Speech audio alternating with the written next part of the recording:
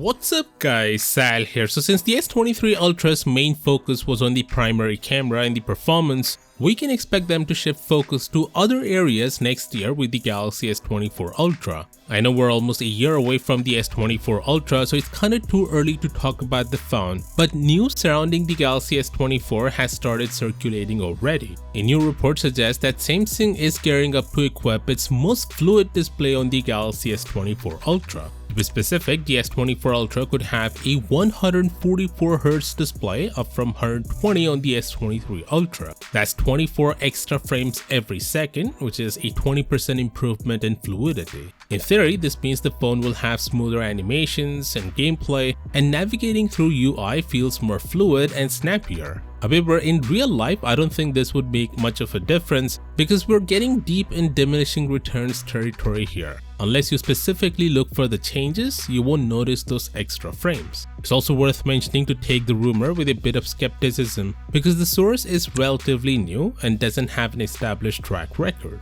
Anyway, it also mentions that the Galaxy S24 will finally bring the satellite connectivity feature. The feature was rumored for the S23 lineup, but Samsung cancelled the plans at the last moment, saying that satellite functionality is too limited as of now. The actual reason was that Android still doesn't support satellite connectivity, which will change with Android 14 at the end of the year. And Qualcomm also mentioned that even though the A-Gen 2 chip supports the feature, they'll only enable it in the second half of this year. So it didn't make much sense for Samsung to include the feature on the S23 and let users wait almost a year to use the feature. So they postponed it to the S24 lineup, and that's what this report also mentions. By the way, the S24 will feature two-way satellite connectivity for calling and texting, which means unlike Apple's emergency SOS, Samsung's implementation is meant for both emergency and non-emergency situations. Next, the S23 Ultra was not a radical design shift from the S22 Ultra, it was more of an internal upgrade.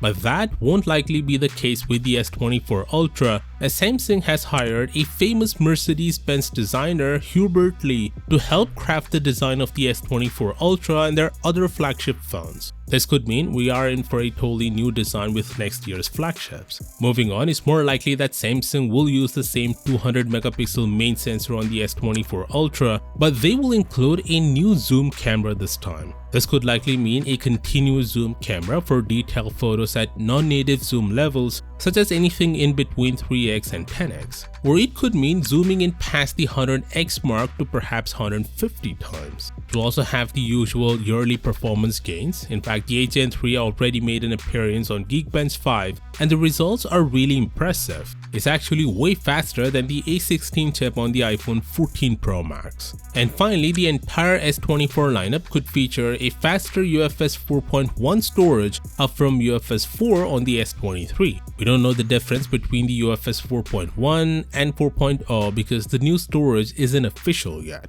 But I'll make sure to keep you updated with all the latest S24 updates, so do consider subscribing for that. And as always, I'll see you tomorrow. Peace out.